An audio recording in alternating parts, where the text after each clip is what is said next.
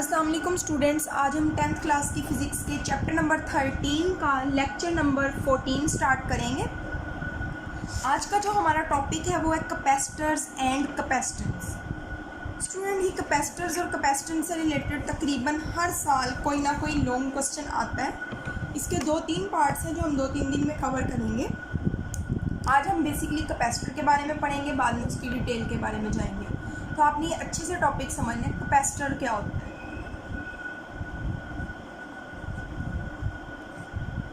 Topic है capacitors and capacitance.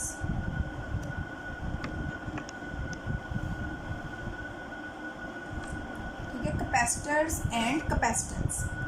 इसमें पहली बात कि कैपेसिटर होता क्या है। कैपेसिटर जो है,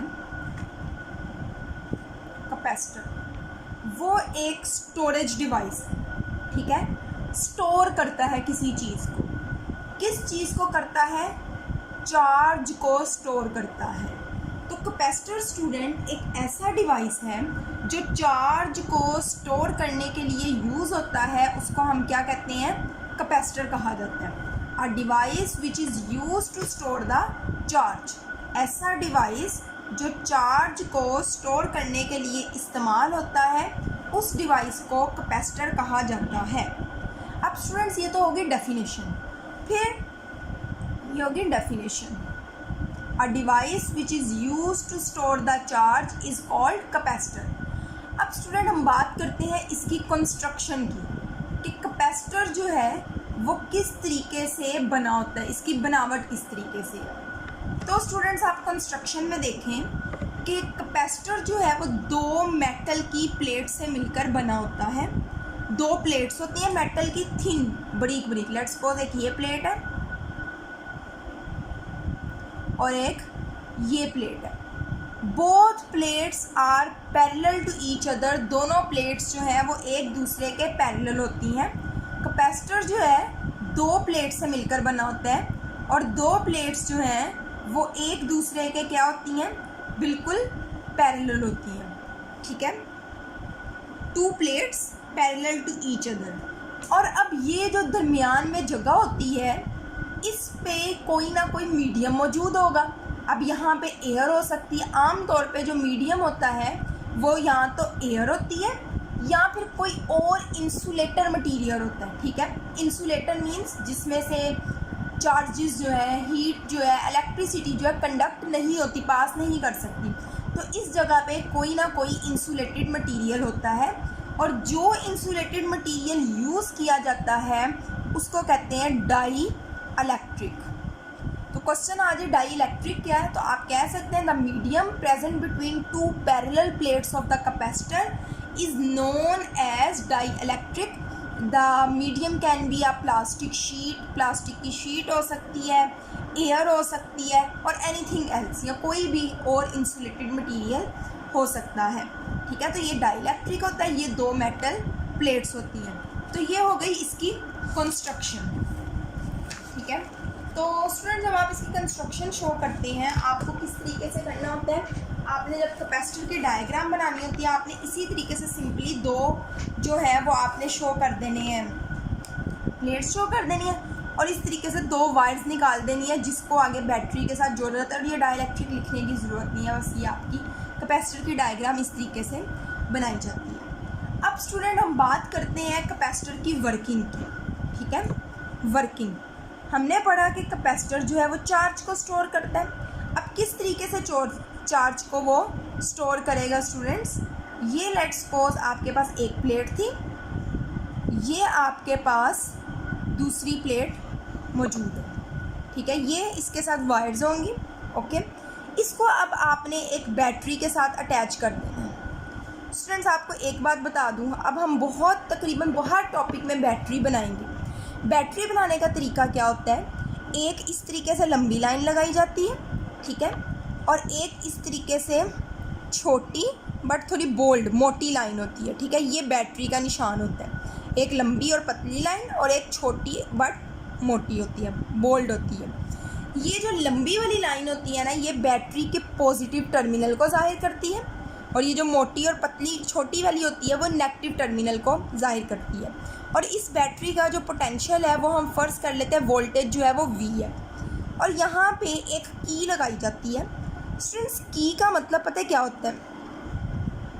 की बेसिकली स्विच को कह लें कि अगर आप इसको बंद कर देंगे इस तरह से, ठीक है, तो स्विच का बेसिकली समझे कि ये चीज़ चल पड़ी है, ऑन हो गई है। लेकिन अगर देखें यहाँ से सर्किट टूटा हुआ है तो इस वक्त करंट यहाँ से फ़्लो नहीं करेगा, चार्जेस जो है वो फ़्लो नहीं करेंगे। तो की का वर्ड यूज़ करते हैं, के से लिखते हैं, ठीक है।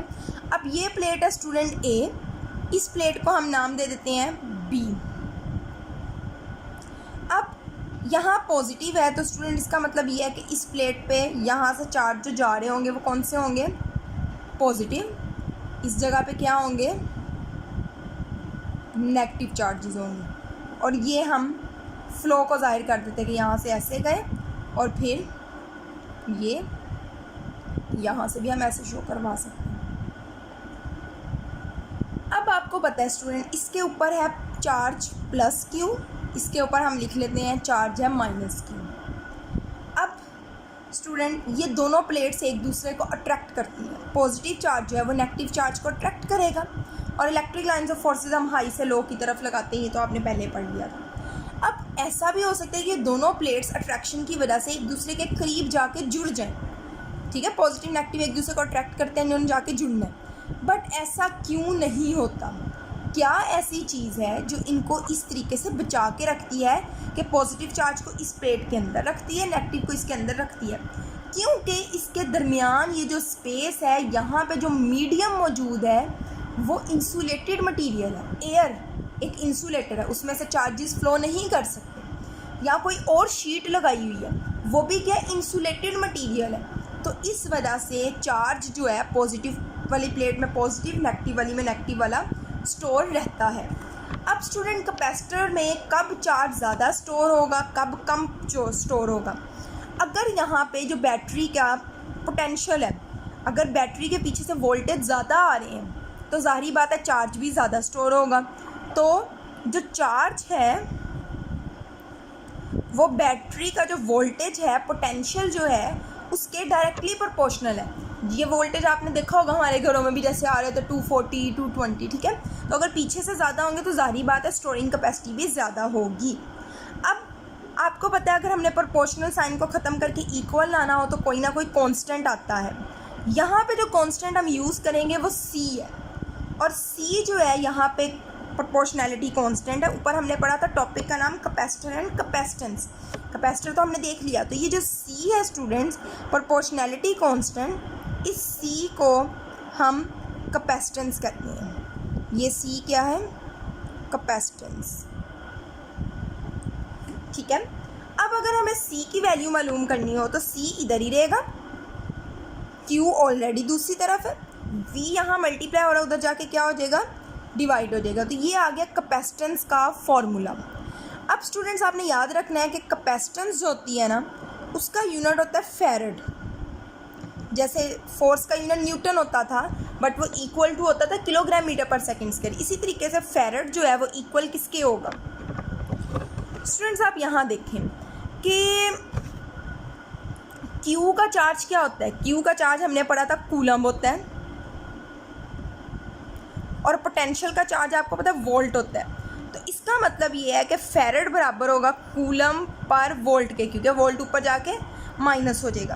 अब आपसे पेपर में डेफिनेशन पूछ लीजिए कैपेसिटेंस क्या है, तो आप कहेंगे कैपेसिटेंस जो है वो प्रोपोर्शनैलिटी कांस्टेंट है, और ये क्या है? It is the ability to store charge. Capacitor ने कितना चार्ज स्टोर करना है, कैपेसिटेंस उसकी काबिलियत को बताती है कि भाई ये इतना चार्ज स्टोर कर सकता है।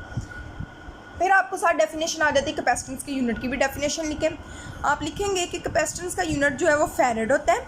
फिर फैरड क्या होता है?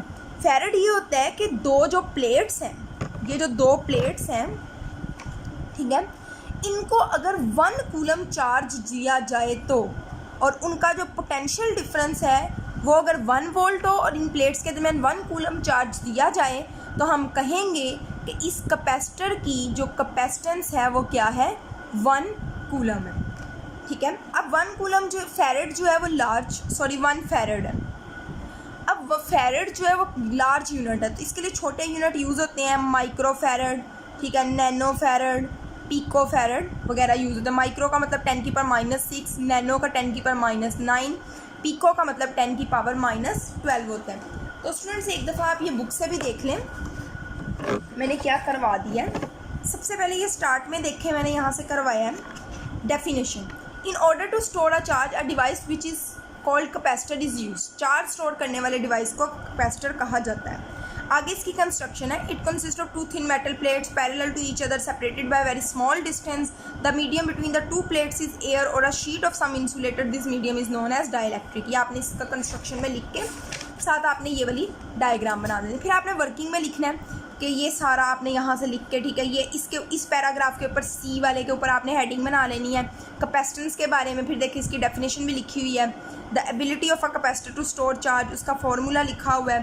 फिर SI unit of capacitance discuss है, ये भी आपने लिखना है, और ये ऊपर से वर्किंग में ये आपने सारा लिखना है। तो स्टूडेंट्स आज के लिए इतना ही, इंशाल्लाह कल हम इसको आगे कंटिन्यू करेंगे। अल्लाह हाफिज़।